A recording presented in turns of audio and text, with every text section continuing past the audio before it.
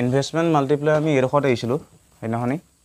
তো এইটো real GDP কেলৈ লৈছোঁ এইটো এগ্ৰিগেট ডিমাণ্ড কেলৈ লৈছোঁ এডাল 45 ডিগ্ৰী লাইন কি হয় এগ্ৰিগেট ডিমাণ্ড কাৰ্ভডাল কেলৈ এনেকুৱা শেপ হ'ল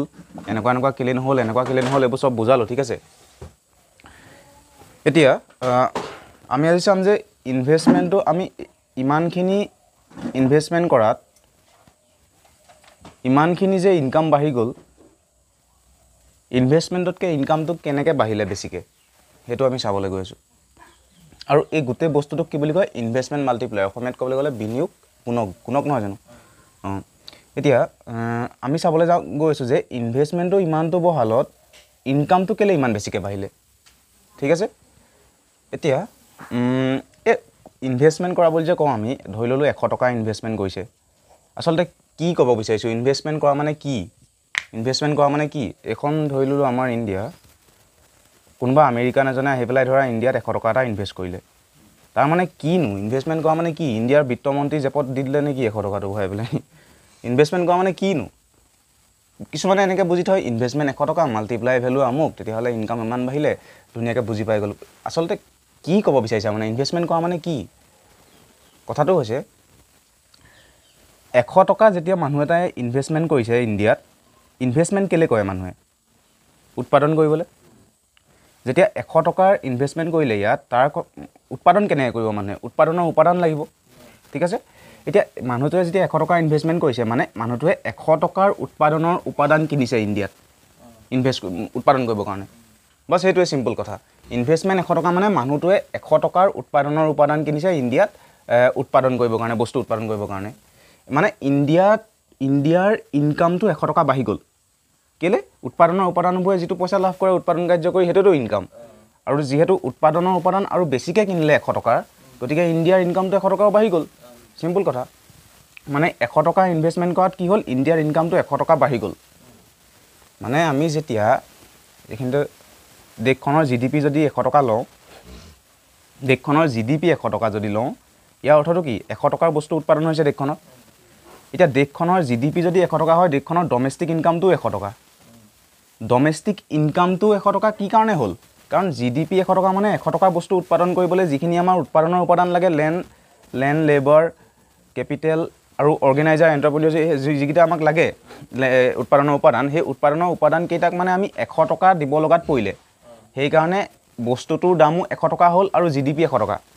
আৰু যিহেতু উৎপাদনৰ উপাদান কেইটাক আমি 100 টকা ভগাই দিছোঁ সেই উৎপাদনৰ উপাদান কেইটা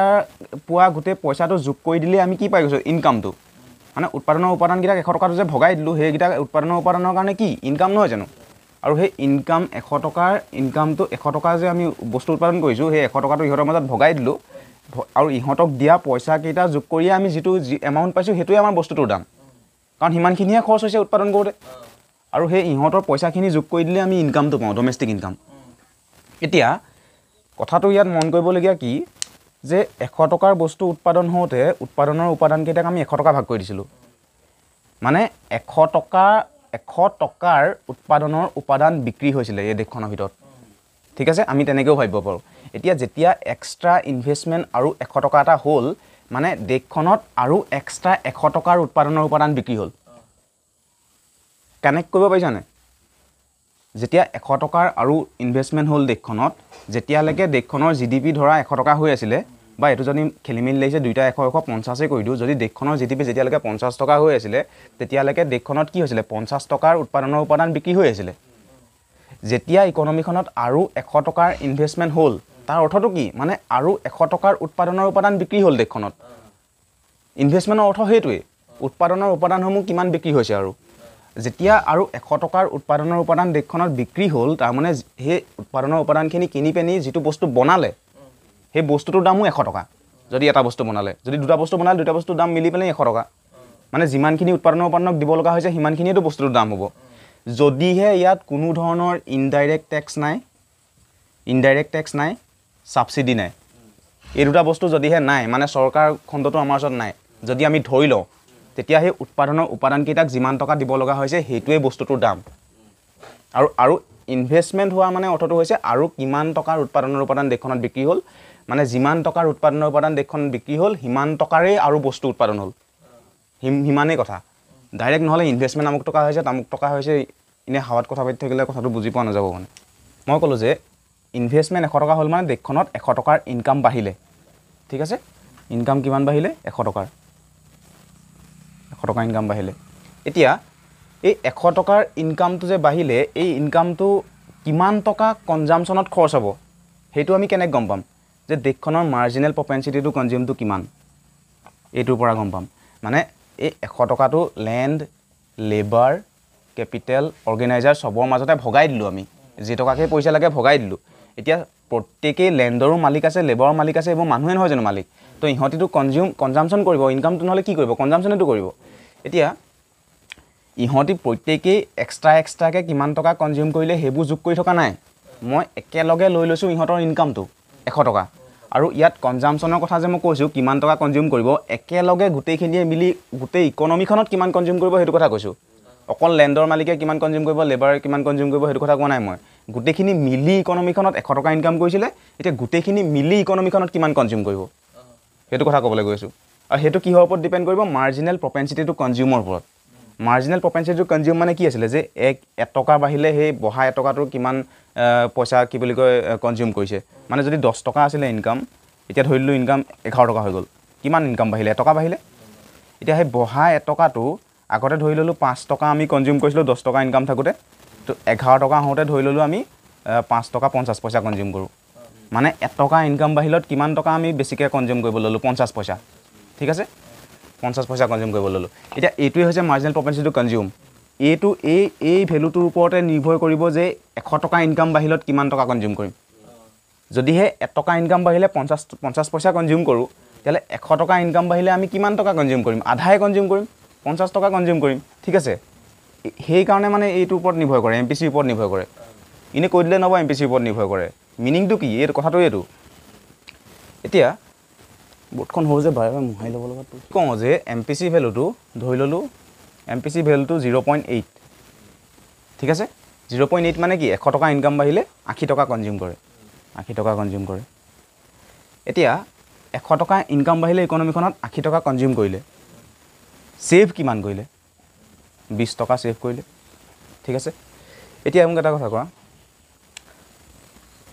আমি যে চানাৱালা ভৰ পৰা যে চানা খাওঁ কিনি তো আমি কি কৰোঁ চানাৱালাটোক 10 টকা এটা দিওঁ আমাৰ কাৰণে 10 টকাটো কি ব্যয় চানাৱালাটোৰ কাৰণে 10 টকাটো কি আয় এতিয়া এই কনজাম্পশ্যনটো যে আমাৰ ওচৰত 80 টকা আছে এই 80 টকাটো ইকনমিখনত এটা শ্ৰেণীৰ কাৰণে কনজাম্পশ্যন আন এটা শ্ৰেণীৰ কাৰণে সেই 80 টকাটোৱে কি আন কনজাম্পশ্যনটোৱে ব্যয় কৰি পেলাই কনজিউম কৰিছে সেই এটা শ্ৰেণীৰ কাৰণে সেইটো ব্যয় আৰু আনটো আমি মানে যোনটো আমি চানা কিনিব যাওঁ আমাৰ কাৰণে সেইটো যেনেকৈ ব্যয় এটা শ্ৰেণীৰ কাৰণে সেইটো ব্যয় আৰু আনটো শ্ৰেণীৰ কাৰণে সেই ব্যয়টোৱে কি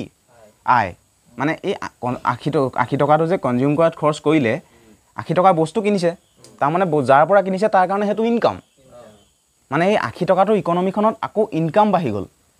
ইকনমিখনত এই 80 টকাটো যে কনজিউম কৰিছিলে এই 80 টকাটো ইকনমিখনত কোনোবাই ইনকাম হিচাপে পাই গ'ল এতিয়া যদিহে ইকনমিখনত আকৌ 80 টকা ইনকাম হিচাপে পালে সেই 80 টকাটোৰ 0.8% আকৌ কনজিউম কৰিব 80 টকাৰ 0.8% কিমান হ'ব 64 আৰু সেভিং থাকি যাব কিমান 64 70 80 16 টকা কি হ'ব সেভিং আৰু 64 কি হ'ব কনজিউম ঠিক আছে এতিয়া এই 64টো আকৌ কাৰোবাৰ কাৰণে ইনকাম যেনেকৈ 80 টকাটো কেনেবাকৈ আকৌ কাৰোবাৰ কাৰণে ইনকাম হৈ গ'ল এইটো আকৌ কাৰোবাৰ কাৰণে ইনকাম এতিয়া ইয়াৰো ঠিক তেনেকৈ 0.8% কনজিউম কৰিব যিমান হ'ব সেইটো 64 0.8% কনজিউম কৰিব 0.8 তাৰপিছত যি থাকিব সেইটো সেভ হ'ব এই কাহিনীটো চলি গৈ থাকিব শেষ হ'বগৈ ক'ত শেষ হ'বগৈ তোত য'ত আমি গোটেই কাহিনীটো চলি গৈ থাকিব এইটো শেষ হ'বগৈ য'ত আমি মাল্টিপ্লাই ভেলুটো আগত গম পাব লাগিব মাল্টিপ্লাই মানে কি আমি ইনভেষ্টমেণ্ট মাল্টিপ্লাই পঢ়ি আছোঁ ইনভেষ্টমেণ্ট মাল্টিপ্লাই মই লিখাই কৰি হৈ গ'ল কৈ আছোঁ মই এতিয়া কি বুজাই আছোঁ যে ইনভেষ্টমেণ্টটো ইমানটো বাঢ়িলত ইনকামটো কেলৈ ইমান বেছিকৈ বাঢ়িলে ঠিক আছে এতিয়া ইনভেষ্টমেণ্ট মাল্টিপ্লাই আমাক কি কয় যে ইনকামটো অলপমান বাঢ়িলে কি বুলি কয় ইনভেষ্টমেণ্টটো অলপমান বাঢ়িলে ইনকামটো বহুত বাঢ়ে ঠিক আছে এতিয়া ইনভেষ্টমেণ্ট মাল্টিপ্লাই ভেলুটো যদি আমাৰ 5 হয় ধৰিলোঁ 5 হয় তেতিয়াহ'লে 100 টকা ইনকাম হ'লে তাৰমানে মুঠতে 100 টকাৰ ইনভেষ্টমেণ্ট হ'লে মুঠতে কিমান টকাৰ ইনকাম হ'ব 500 টকাৰ কাৰণ ইনভেষ্টমেণ্ট মাল্টিপ্লাই ভেলুটো কিমান 5 ঠিক আছে তাৰমানে এই ইনকামটো 500 হোৱালৈকে চলি গৈ থাকিব এইটো এই বস্তুটো আৰু যদিহে ইনকামটো 500 হৈ যায় তাৰপিছতে ইয়াৰ কনজামশ্যনটো ইয়াৰ কিমান হ'ব 400 কাৰণ 0.8 ইয়াৰ তো 400 এইটো যদি 400 হৈ যায় কিমান বাকি থাকিলে 100